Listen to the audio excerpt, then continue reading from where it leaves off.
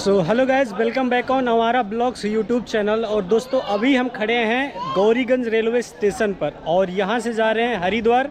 और हरिद्वार से हमारी जो जर्नी होगी वो केदारनाथ के लिए होगी। बने रहिएगा इस वीडियो में और इस वीडियो को पूरा देखिएगा। तो जैसे कि आप देख सकते हैं पीछे हमारी ट्रेन आ रही है और इस पर बैठकर हम जाएंगे हरिद्वार।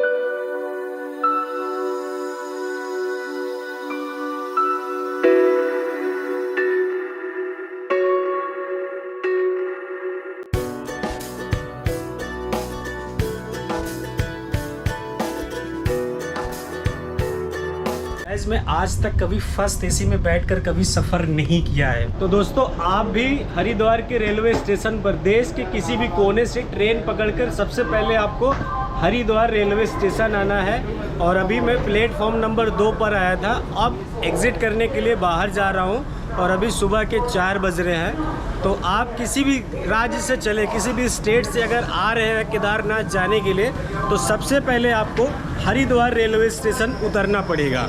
और ये इस तरह से दिखता है और ये मेरे दोस्त हैं, सबने अपनी पैकिंग कर रखी है। तो दोस्तों हरिद्वार रेलवे स्टेशन से हमने अपना पर्सनल कैब बुक किया है, टैक्सी बुक की है, जो कि 4,500 रुपये एक दिन का लेंगे। कम से कम हमारा 5 दिन का 2 धाम का टूर लगेगा। तो 5 दिन के हिसाब से एक दिन का 4500 रुपये है। तो टोटल हमको जोड़कर टैक्सी वाले को देना है। और ये हमारी टैक्सी आ चुकी है और हम इस पे अब सामान अपना पैक करवा रहे हैं। सारा सामान पैक करने के बाद ये हरिद्वार रेलवे स्टेशन के जस्ट बगल में हमने अपनी टैक्सी बुक की थी। अदरवाइज़ मैं आपको सजेस्ट करूँगा, अगर आपने पहले से टैक्सी बुक नहीं किया है तो आप हरिद्वार रेलवे स्टेशन पर आइए और यहाँ पर आपको बहुत सारे एजेंट मिल जाएंगे। तो आप यहाँ पर आकर टैक्सी बुक कर सकते हैं। अगर आप यहाँ से केदारनाथ सोनप्रयाग तक बस से भी जाना चाहते हैं तो आपको 800-900 रुपये में यहाँ पर बस भी मिल जाएगी।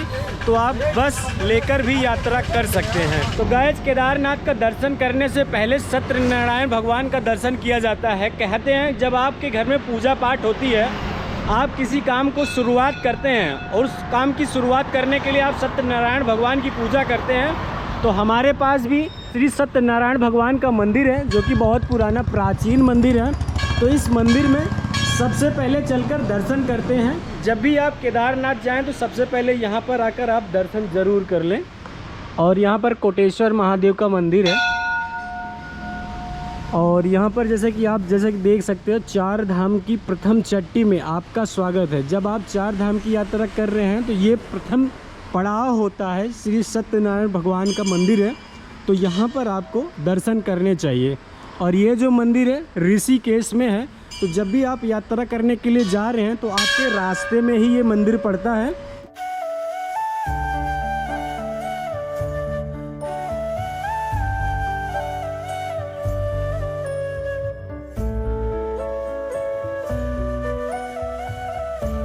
तो दोस्तों इस मंदिर में दर्शन करने के लिए सिर्फ आपका 5 मिनट का समय लगता है। और ये जस्ट मंदिर एकदम रोड के हाईवे वाला जो रोड है, जो केदारनाथ की तरफ जाता है, सोनप्रयाग की तरफ, उसी रोड के बगल में है। तो आप यहाँ पर आकर एक बार दर्शन ज़रूर कीजिए। चलिए अब चलते हैं अगले पड़ाव में और आपको आगे की यात्रा दिखाते हैं हम आपको।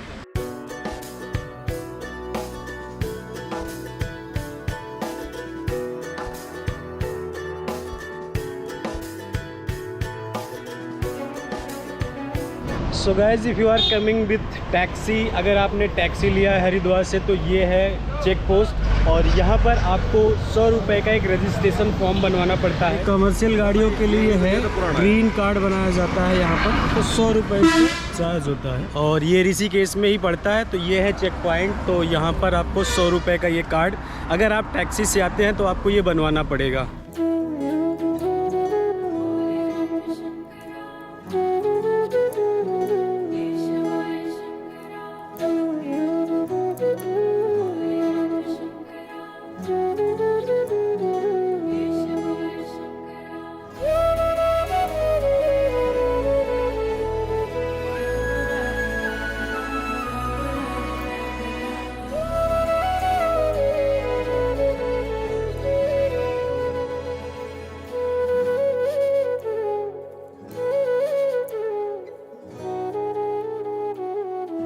तो दोस्तों यहाँ पर मिल गया 40 रुपये का मैगी मिल गया है और 15 रुपये की चाय मिल गई है और 70 रुपये का 2 पराठा मिल गया है। तो अभी हम लोग नाश्ता करके पूरी तरह से रेडी हो चुके हैं और अब हम चल रहे हैं आगे की जर्नी के लिए।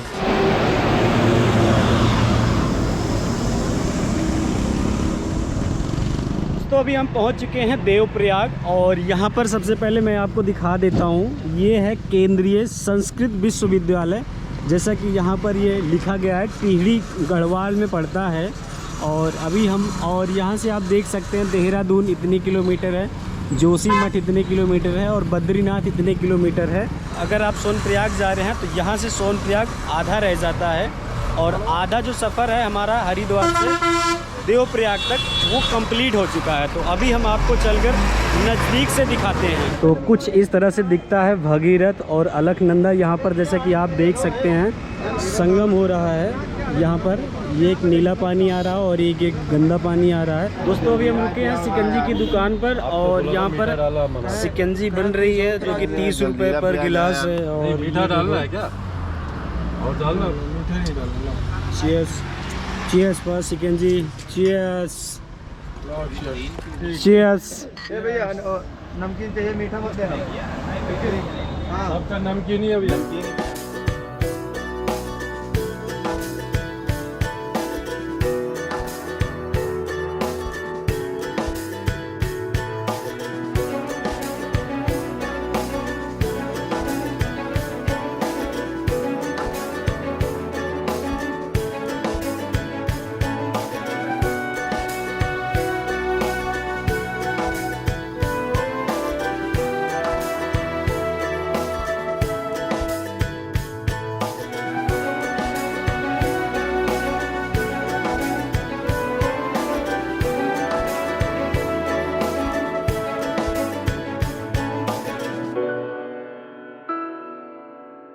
तो दोस्तों अभी हम आ चुके हैं माता धारी देवी टेम्पल, जो श्रीनगर से 14 किलोमीटर की दूरी पर स्थित है।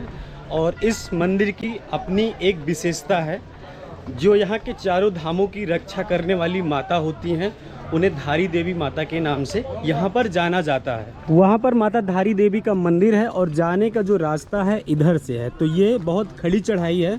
जब आप जाओगे तो इसका जो जाने का रास्ता है वो बहुत ही आसान है, लेकिन जब आप वापसी में आओगे इस पर चढ़ोगे तो ये बहुत टफ हो जाएगा।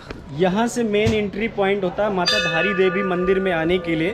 तो दोस्तों माता धारी देवी का दर्शन करने से पहले मैं आपको इनकी जो खासियत है वो बताना चाहता हूँ।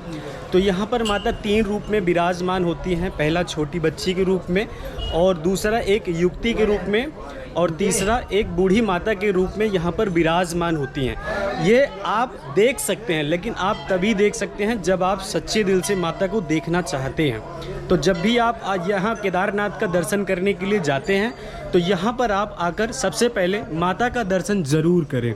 और मैं आपको दिखाना चाहता हूँ, ये जो मंदिर है ये पूरा पानी से के अंदर बना हुआ है, पानी में पूरा घिरा हुआ है और ये मंदिर एक बार डूब भी चुका था। तो गाइस फाइनली अब हमें दर्शन करने के लिए जा रहे हैं माता धारी देवी मंदिर में। और यहाँ पर बहुत सारे लोग हैं जो कि घंटियाँ बजा रहे हैं। यहाँ से शुरू होता है घंटियाँ बजाना।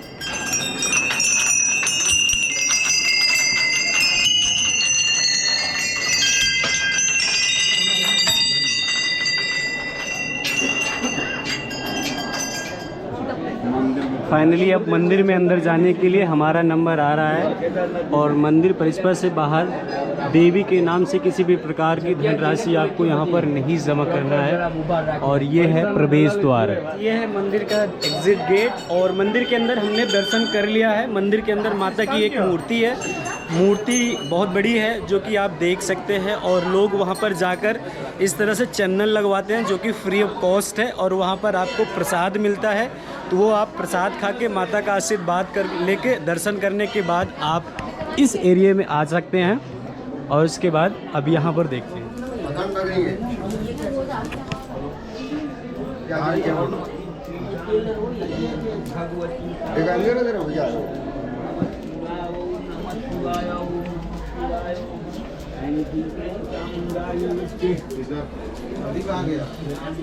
बेटा ऐसे मत डालो लड़के, या दान दक्षिणा होता है 1 रुपया डालो, ऐसे कर्जे मत जाओ। मंगलम भगवान विष्णु मंगलम गरुड़ाध्वज मंगलम पुंडरीकाक्षाय मंगलाय तनु हरि। उनको बोल रहा हूँ ना। हर हर महादेव। गाइस फाइनली इस मंदिर में दर्शन हो गया है और अब हम चलते हैं सोनप्रयाग की तरफ। और ये यहाँ का जो व्यू है ऐसे दिखता है। तो वहाँ पर जो सड़क है वहाँ से हम आए थे और अभी इस पर चढ़ाई करनी है। तो दोस्तों वो रास्ता जाता है, वो रास्ता जाएगा बद्रीनाथ के लिए और ये रास्ता अब जाएगा केदारनाथ के लिए। और केदारनाथ यहाँ से 80 kilometre. Our hearts beat to the city streets. We began to feel the fire. We rise like tall buildings as the chemicals they take us higher. The night's young and it's just begun as she puts her hand in mine. We wanna chase the night, wanna dance to the light, pull the stars from the sky, just two hearts running wild. Never sleep, never stop, as we shout from the top. We're gonna be two hearts running wild.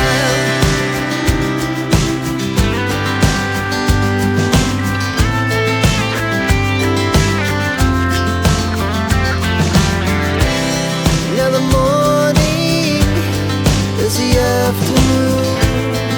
We lay. चलिए दोस्तों अब आपके benefit की बात कर लेते हैं कि जब आप हरिद्वार रेलवे स्टेशन पर आते हैं तो आपको कैब लेना चाहिए या बस लेना चाहिए। तो दोस्तों अगर आप बस लेते हैं हरिद्वार से तो 800 रुपये जो मिनिमम है सरकारी रेट है वो 800 रुपये तो है ही। लेकिन अगर आप लग्जरी थोड़ा सा AC वाला बस लेते हैं तो आपको 1000 रुपये का कम से कम बस मिलेगा, बस का जो टिकट है वो आपको मिलेगा। लेकिन उसमें बेनिफिट क्या है और कैब से आने पे क्या बेनिफिट है, अगर आप 4 लोग हैं तो मैं यही रिकमेंड करता हूं कि आप प्राइवेट कैब लेके आइए। इसमें क्या बेनिफिट आपको मिलेगा कि आप जो लोकल प्लेसेस यहाँ के हैं उनको आप विज़िट कर सकते हो। आप अपने मन चाहे तरीके से चाय नाश्ते के लिए, खाना खाने के लिए रुक सकते हैं। लेकिन अगर आप बस लेकर आते हैं तो बस वालों का एक स्टॉपेज होता है, वो आपको अपने हिसाब से किसी बस या ढाबे पर ले जाकर रोक देंगे और आपको वहाँ पर खाना मिलेगा। और जो उनका खाना होता है वो भी ज़्यादा एक्सपेंसिव होता है। जैसे कि मान के चलो कि किसी का एक ढाबा है और मैंने अपनी बस ले जाकर वहाँ पर रोक दी। अगर वहाँ पे मैंने बस रोक दी 150 रुपये का खाना है, तो अगर आप 150 रुपये का खाना खाना चाहते हैं, आपके भूख लगी है तो आपको वहाँ पर खाना ही पड़ेगा।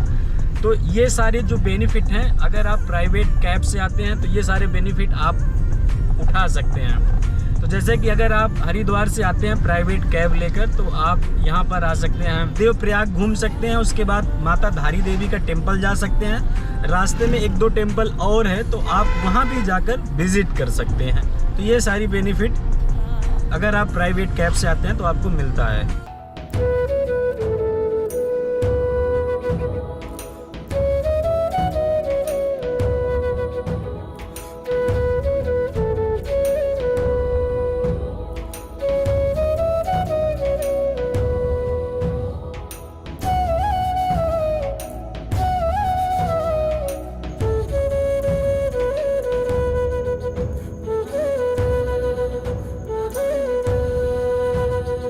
डिफरेंसेस क्या है चार्जेस में, अगर आप, मैं कहता हूँ रिकमेंड करता हूँ, अगर आप सिंगल आते हैं, 2 लोग आते हैं, तो मैं आपको रिकमेंड करता हूँ कि आप ज़रूर बस से ही यात्रा करें। क्योंकि आप प्राइवेट कैब जो कमर्शियल कैब ये बुक करते हैं आप उसका एक्सपेंस नहीं उठा पाएंगे, एक जनरल लोग नहीं उठा पाएंगे। लेकिन अगर आप प्राइवेट कैब लेकर, टैक्सी लेकर बुक करके अगर आते हैं तो अगर 4 लोग हैं तो ये अगर आप शेयर करते हैं चारों में, जैसे कि मेरे साथ ये भैया हैं और मैंने इनकी टैक्सी बुक की है, तो इनकी जो गाड़ी है वो किया की है, 7 सीटर है, तो एक दिन का जो रेट है वो 4500 रुपये पर डे के हिसाब से है। लेकिन अगर आप 4 सीटर वाली गाड़ी लेते हैं तो उनका भी रेट करीब 3500 से 3800 रुपये के बीच में है। वो आपके ऊपर डिपेंड करता है कि आप कितना कम ज़्यादा उनसे कंसेशन की बात कर सकते हैं। लेकिन इसमें क्या और एक बेनिफिट है जैसे कि अगर आप बस से आते हैं तो आपका 1000 रुपये हरिद्वार से सोनप्रयाग के लिए लगेगा। उसके बाद आपका 800 रुपये बद्रीनाथ के लिए लगेगा। उसके बाद जब आप बद्रीनाथ से वापस आते हैं तो फिर से आपका हरिद्वार के लिए 1000 रुपये लगेगा। तो मोटा मोटा मान के चलो कि आपका 3000 रुपये, अगर आप बस से आते हैं तो आपका 3000 रुपये लगेगा। वहीं अगर मैंने कैब की है और कैब मैंने 4 से 5 दिन के लिए किया है, तो इसमें अगर मैं देखता हूं कि अगर मेरे पास 5 से 6 बंदे हैं और अगर हम शेयर करेंगे पैसे आपस में, तो एक बंदे का 4000 रुपये आएगा। तो ये सारी बेनिफिट आपको जैसा भी लगे, आपके पास जैसा बजट है आप उस हिसाब से यात्रा करें। ये सिर्फ मैं आपको एक सलाह दे रहा हूँ।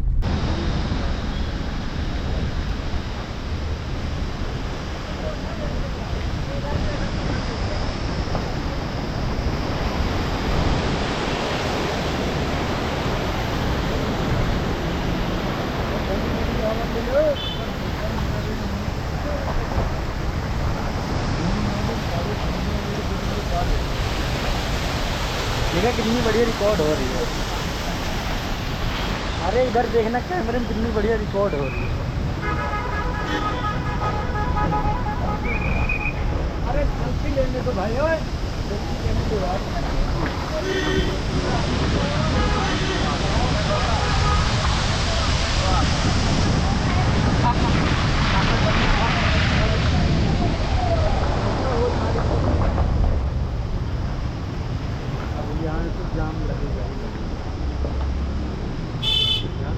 भाई अभी जाम लग गया है, हम जाम में खड़े हैं। तो वहाँ से देख सकते हो वो जाम वहाँ से स्टार्ट हो रहा है, ऐसे ऐसे आके यहाँ से जाम लगी है और पीछे भी गाड़ियाँ जाम में खड़ी होती जा रही हैं। तो हम इस जाम में खड़े हैं करीब 15 मिनट से, और ये जाम अभी ख़त्म हो जाएगा। करीब 10-15 मिनट और रुकना पड़ेगा, फिर उसके बाद चलते हैं। और अभी बज चुके हैं शाम के 5। सुबह 6 बजे चले थे अपनी टैक्सी लेकर। तो टैक्सी से हम घूमते खाते पीते आराम से चाय पीते रुकते हुए आ रहे हैं, जो कि इतना टाइम लगा है। और अभी अब चलते हैं सोनप्रयाग के लिए। अगर अंधेरा नहीं रहा तो वहाँ भी जाके आपको बताएंगे कि सोनप्रयाग कब पहुँचते हैं हम।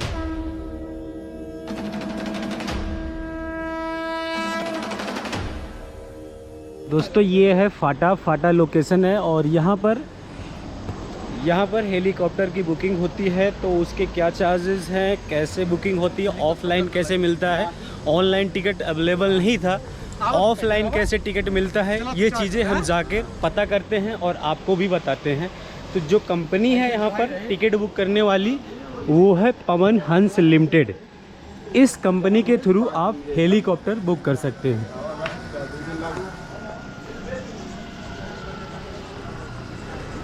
और हेलीकॉप्टर वहाँ पे है, चलकर हम उसका रेट पूछकर आपको बताते हैं। फाटक केदारनाथ वन में 2987 रुपये, वन वे 2987, और आने जाने का दोनों का रेट है 5854 रुपये हेलीपैड का है। तो गाइस जो हेलीकॉप्टर खड़ा हुआ है फाटा में, वहाँ पर है। और मैंने यहाँ के कर्मचारियों से बात किया तो उन्होंने बोला कि जो हेली यात्रा पैड की वेबसाइट है या फिर पवन हंस की जो वेबसाइट है, आप वहाँ पर जाकर ऑनलाइन टिकट बुक कर सकते हैं। ऑफलाइन टिकट यहाँ पर मिलना मुश्किल है, और ख़ास करके अक्टूबर और सितंबर में अगर आप आ रहे हैं तो यहाँ पर आप चाहे जितना वेट कर लो, आपको टिकट नहीं मिलने वाला। तो हमें टिकट भी नहीं मिला। तो कल हम अपनी यात्रा सोनप्रयाग से केदारनाथ के लिए करेंगे, पैदल यात्रा करेंगे। तो दोस्तों यहाँ पे देखो, ये जो पहाड़ गिरा था उसी गाड़ी के ऊपर गिरा था, और इसमें सबकी डेथ हो गई थी।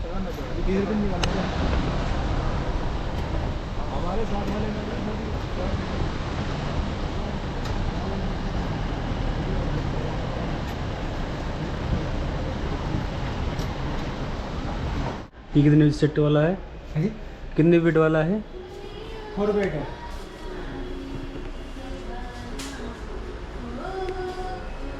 सो गाइस ये है 4 बेड वाला रूम है, और इस पे 6 लोग तो बड़ी आसानी के साथ सो जाएंगे।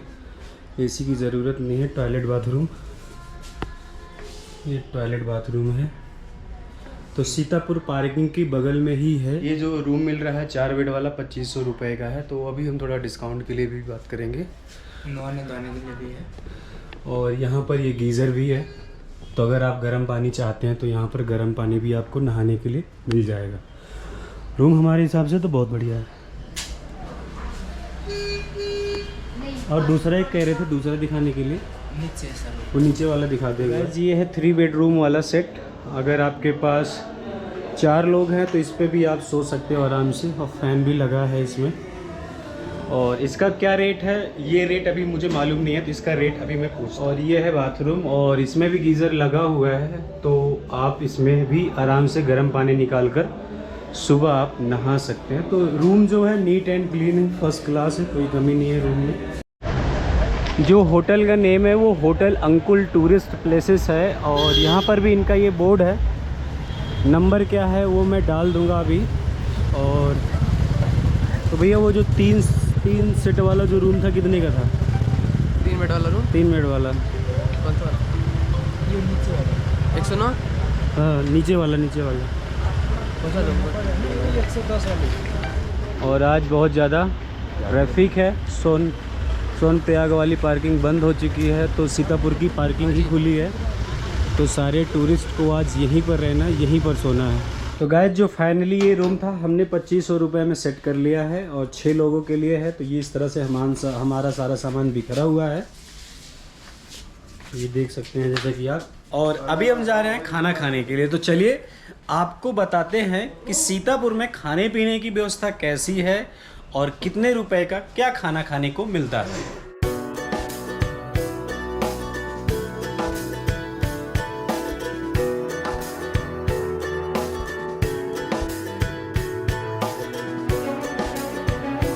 तो अगर बात करें खाने पीने की, तो यहाँ पर आपको 150 रुपये का थाली, 200 रुपये की स्पेशल थाली मिल जाएगी। तो अगर आप थाली सिस्टम के हिसाब से खाना चाहते हैं तो आप यहाँ पर खाना ऑर्डर करके खा सकते हैं। दाल तड़का भी मिलती है।